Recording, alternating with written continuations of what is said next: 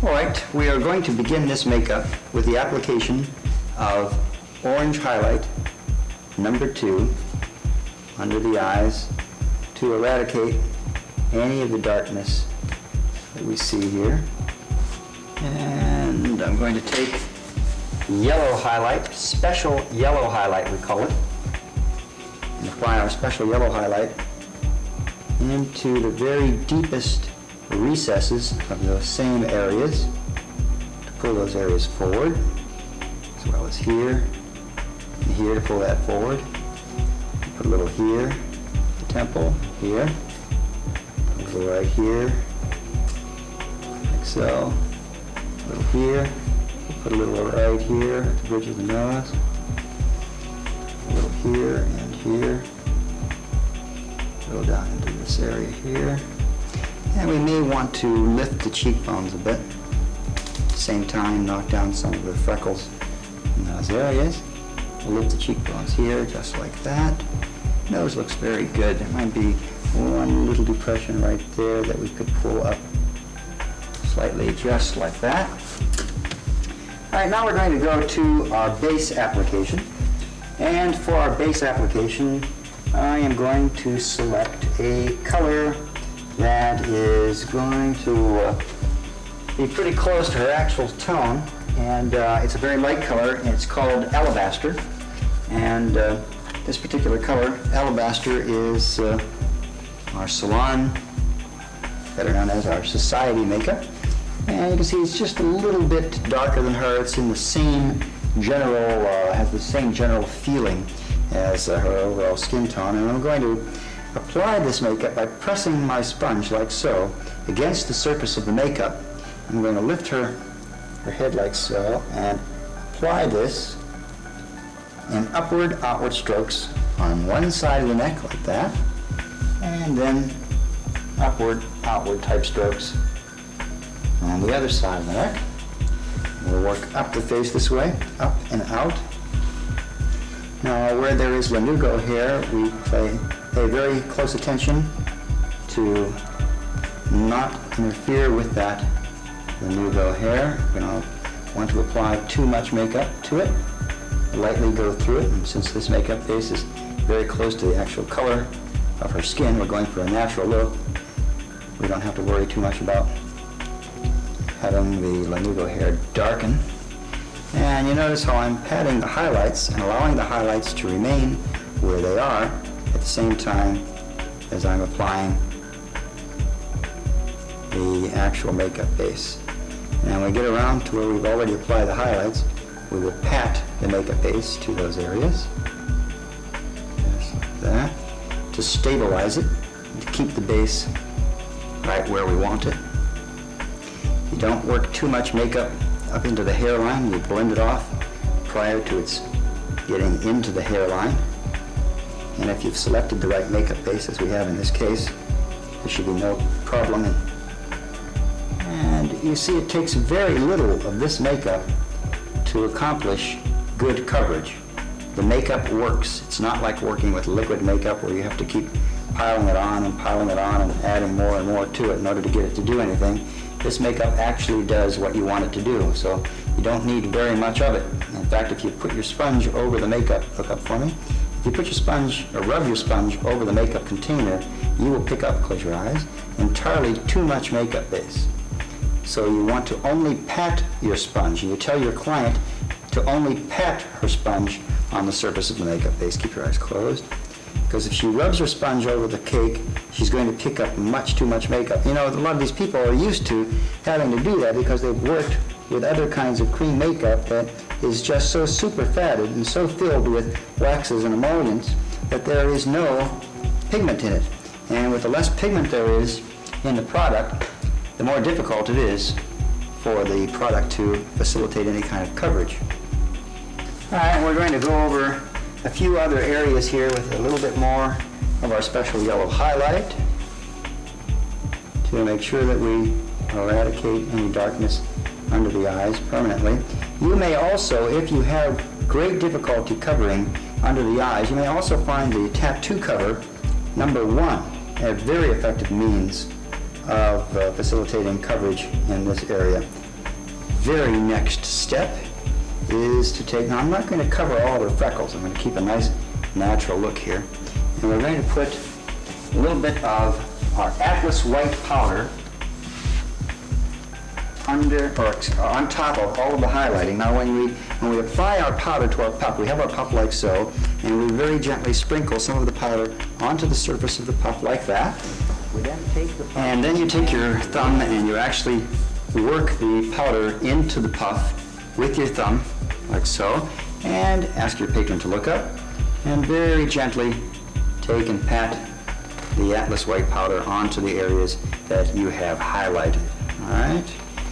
Next thing is we are going to take some of our translucent powder, and exactly the same thing with the translucent powder in this case, or it could be if you had a black patron in your chair, you might be utilizing or wanting to utilize some of either the ruddy dark skin powder or the olive dark skin powder, depending on the undertone that your client has. And I'm going to take a little bit of our taupe eyeshadow, and I'm going to apply some taupe eyeshadow under the cheekbone like that, under the jawline like that, and under this cheekbone like that, under this jawline like so. And you will see that the shadow creates a very deep look under the bone. All right, you can work this forward. Then you'll come back with your powder puff and work this down. And you do exactly the same thing under both sides of the jawline, just like so. And with your powder puff, subdue it. You might take and throw a little bit of shadow very under the nose, to cut the end of the nose if you like.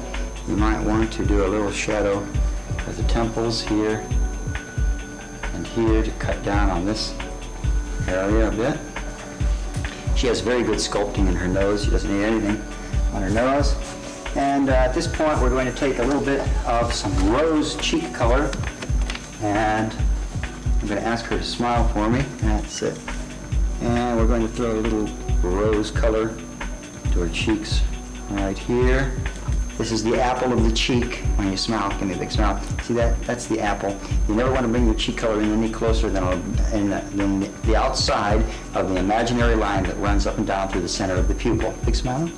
And then you take that color and you work it up over the zygomatic bone, over the cheekbone like that.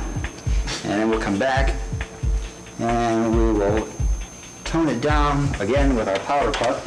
And you put a little powder over it to make it look as though it's coming from within.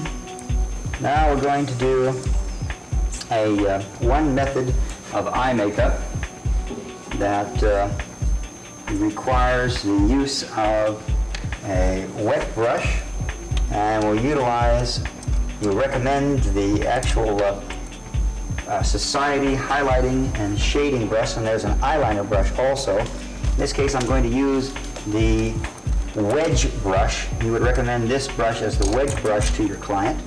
And I'm going to take the actual wedge brush, dip it down into some water, and transfer the water onto some eyeshadow.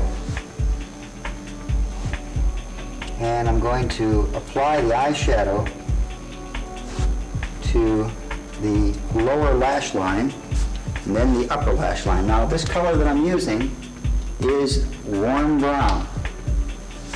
Very dark, warm brown. I want you to look up. I'm going to take my fingers and just rub them across the eye like so. I want you to look way up for me. I'm going to lay this right along the lower lash line like this.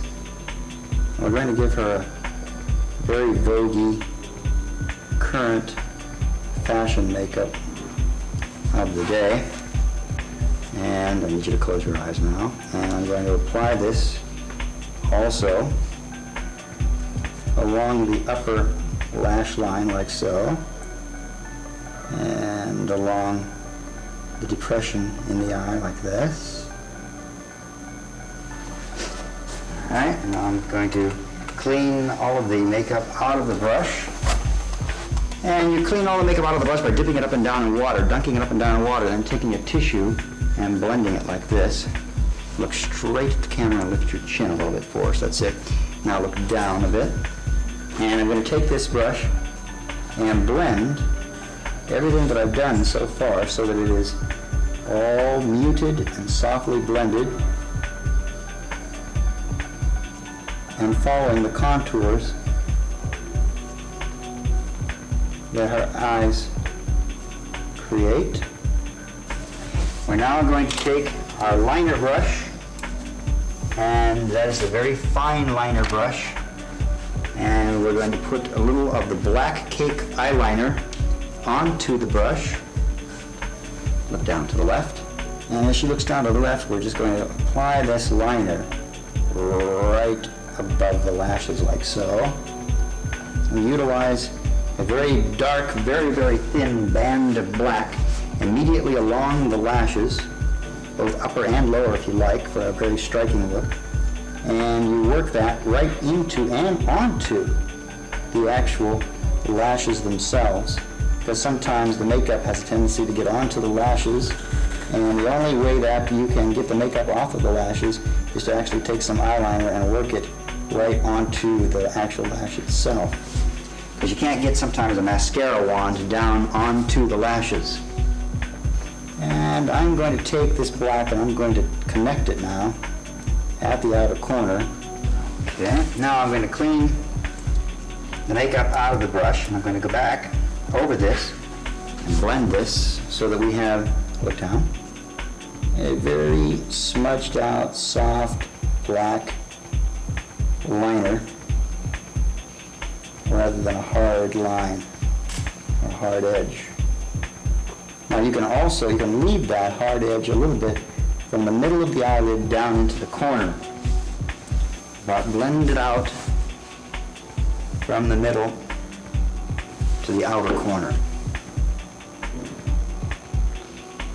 Apply some of this brown, as we ordinarily would, to the lower lashes. Now she has some exceptionally long lower lashes. They're really very beautiful. She has a great face for modeling and for acting. Very good face. Black mascara can be applied to the upper lashes. And we'll do this first. It is absolutely amazing how much the eyes come to life when the mascara is applied or when artificial eyelashes are applied. The eyelashes seem to bring everything into play, and everything suddenly works. It's like the last piece of a puzzle that requires something very important in order to make it work. And you have to apply your mascara very carefully so that you don't get it into the person's eye, of course, and that you don't glue or gunk all the lashes together. You utilize the brush that comes with the wand. And you can actually take your finger too, look down, and do this and just work your finger through the lashes and then rebrush them. Look straight ahead. And I always like sometimes to take a little of the black and touch it to the outer lower lashes. And I'm going to take a little of this burgundy color onto a dry brush, and I'm going to lay this tissue right along the line of the eye like so. Close your eyes for me now. And I'm going to lay some of this burgundy carefully onto the eye, allowing tissue to collect any of the dust, and also to create a nice sharp line here at the outer corner that we can blend. So you'll see that when I pull this away, there will be a sharp line there. See that we can leave that way or we can blend. And we'll take a sponge, and this is another thing that the sponges are great for. You can teach your clients to actually cut their sponges. And these sponges can be cut very, very tiny, like so. And you can put little points on them. And these can be utilized as applicators. And we'll take this and blend out the shadow. I'm going to soften that line a little here, and we'll blend out the shadow here, which is really an eye color. It is so dark that it really could classify or be classified as an eye shadow depending on how it's being used. And what's so great about utilizing these little sponges like this is that you can use them like erasers. You can work with erasing and lifting and adding and whatnot, and utilize it just as an applicator. Now we're going to look at our eyebrows very quickly, and we're going to brush our eyebrows up in the typical style for high fashion makeup like this. And we'll brush these up like that, just like that, just to see what we're creating here. And I'm going to take now one of those little sponges, and I'm going to rub some of the silver or the pearl eye color onto it. And I'm going to take that and apply this pearl to the skin right under the arch of the eyebrow, like so. And look down, and I'm going to throw a little bit of this into the very inner corner of the upper eyelid to produce just a little highlight there. Look straight ahead, just like that. And then I'm going to take another piece and just blend it a bit so that it's not so blatant. You can put greens in here, and fuchsias, and all different colors that we've got, strawberry tones and whatnot, depending on what kind of wardrobe was being worn. We're just doing a very natural kind of dramatic makeup here to show you what can be done with this. And I'm going to paint in eyebrows with this brush the same way that I would if I were working with fine line pencil. Now, actually, with this technique, you can paint it in and not really get real fine lines. What you get is a softer look. When I do Carol Burnett's makeup, she doesn't like me to paint in the lines with the fine line pencil. She prefers that I draw them on like this and then blend it with the same brush after I'm finished, so as to produce a soft application of color rather than individual lines with the fine line brush. You see how you're actually working at it. You're applying and blending and smudging at the same time, so that you're filling in the area without adding absolute definite lines to the eyebrow. All right, now to keep those eyebrows up, there's one product here that we do not manufacture, and it's called the old-fashioned duo adhesive, okay? And with an eyebrow brush, we will brush them up like so, just like this. And we'll take that little sponge again, touch a little bit of the duo adhesive to the sponge, and then very lightly touch a little of the duo to the eyebrows while they are still standing up, and instantly they will remain standing up because the duo adhesive dries very, very quickly. And you can do that to the rest of the eyebrow as well to maintain it either in a softly rounded lying down pattern or by brushing the brows up quickly after you've applied the rubber to them. You can get them to stand up. All right, now what I'm going to do here very quickly is throw a little more color and bring this into a more of a high fashion kind of situation. I'm going to put a lip makeup on very quickly and see what kind of a makeup we can end up with here. Now we've got several different colors to choose from. I'm going to mix one of our reds with one of our plum colors and get a subdued red and maybe a livened up kind of plum, you might call it.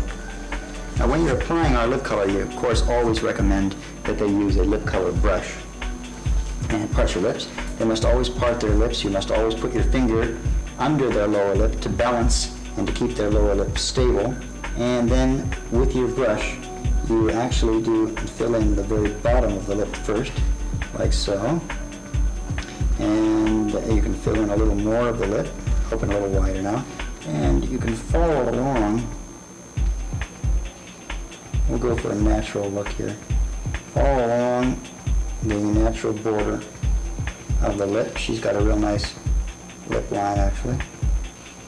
Working with the side of your brush so that the actual side of your brush is what is forming the lip line as you drag the brush along the edge of the lip. And we've got now the upper lip to do. You can start by filling in a little bit on the inner side like that. Get a feel of the upper lip.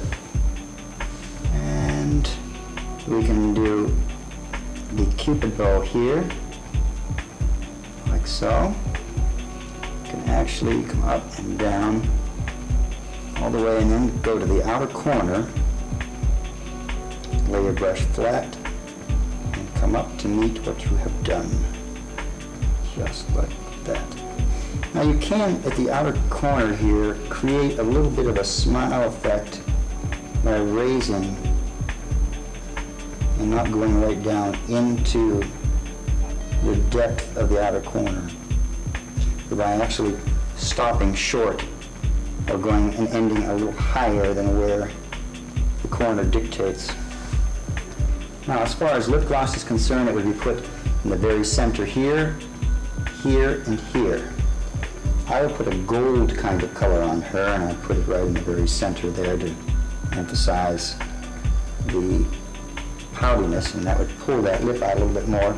Either a little bit of a gold color, or you could take some of this actual silver. You could take the silver, either silver eye color, or a little bit of the silver lip gloss, open your mouth wide, and you put a dot of it right in the very center like that. Close your mouth. And then you blend the lipstick around it, and you allow, smile for me now, and open your mouth, smile. That's it. And you can allow that to remain a little bit shiny in the very, very center of the lower lip, and a little, open real wide now, and a little shinier, perhaps, right here. You can go with gold or you can go with silver, either way, but since we put silver in her eyes, I've chosen to put a little bit of silver also in her lips. And I'm going to darken the cheeks just a little here. And you can do overall more color, and we can actually take a little bit of the translucent powder and go over. See, now we're getting a lot of perspiration here, and literally the makeup is falling apart even as I'm talking because the heat in this room is so incredible with the lights. But you shouldn't have that problem unless you're working in Ecuador. I don't think we have any stores in Ecuador yet. Now there is a punch-up powder that we can use to pull up various areas of the face with iridescence. I'm just going to put a little more accentuation under that cheekbone.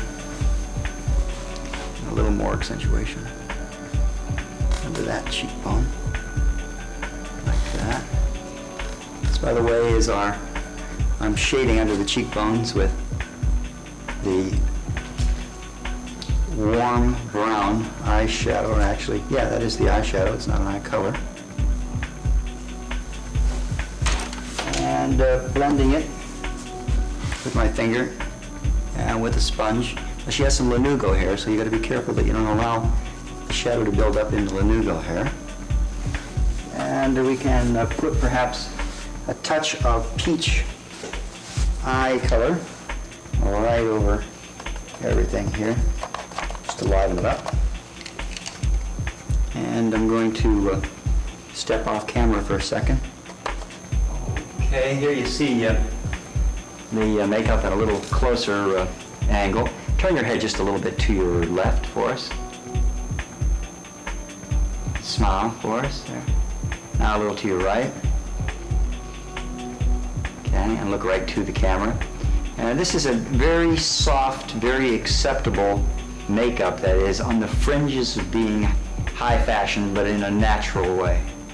And we could put a lot of very fancy colors, fuchsias and blues and greens and deeper shades of blues and greens onto the eyelids to make it more colorful, but this is an acceptable, natural, high fashion look, Everything is very well blended and blended together. We could probably cover a little more. I didn't have any of the tattoo cover here. I would think that to really eradicate any darkness that might be lingering under her eyes, the best product would be the use of the tattoo cover, or actually it's the undercover cream, as we call it now for the Society line. So undercover number 1 would probably work beautifully under her eyes to conceal any kind of darkness that's lingering there. Okay, and we're going to come in a little tighter now.